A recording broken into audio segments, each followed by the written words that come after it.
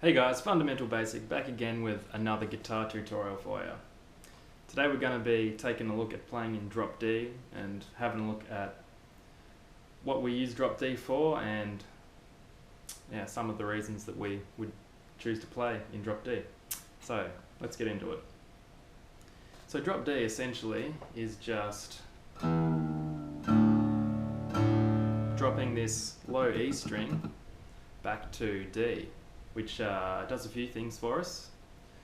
Probably most importantly is that it gives us two extra notes, so D and D sharp, and it'll push all of the other notes on the E string back 2 frets. So to check if we're in tune, we can get the 7th fret of the now D string, the low D, which is an A, and strum the open A string underneath and make sure that it sounds the same. That sounds pretty good.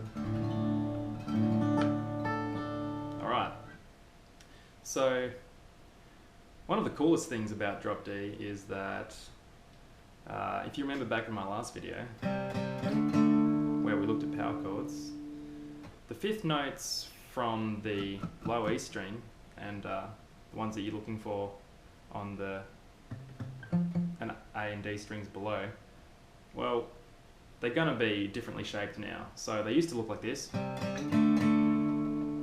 they're going to look like this now when you're playing from the low D string.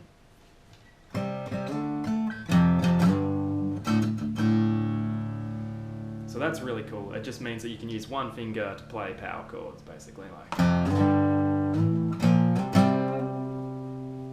Yeah, very easy, pretty cool, and you can do stupid things like that with very minimal effort.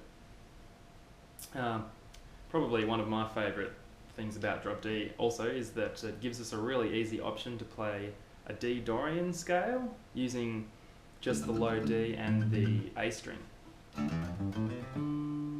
So it's a mirrored pattern using the 2nd, 3rd and 5th frets on the low D and the A string. And there you go, how easy is that? That's a full scale and just 2 strings and it's exactly the same shape.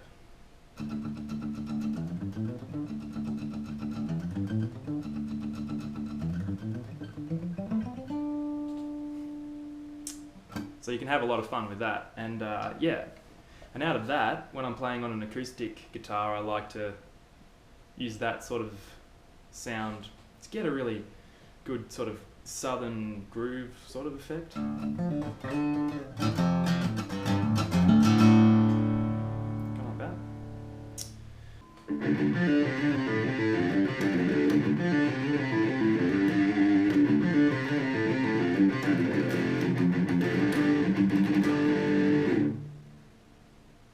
Obviously the lower you go, the heavier your sound's gonna be as well, so playing in drop D is a really good option if you want to play heavy.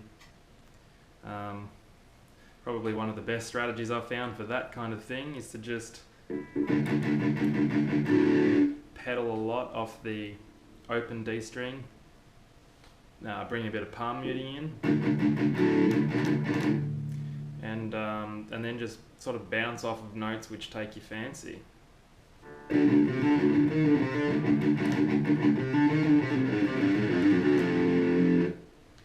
can also use just a lot of octave notes and 7th notes to get some pretty good sounding things really easily as well.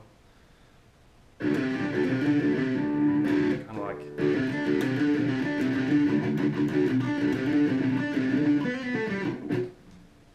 stupid things like that. The Joker and the Thief by Wolfmother is it was written in drop D. Not that you really need to be in drop D to play the intro, but it does use a mirrored pattern, like I was showing you earlier, and then it's just kind of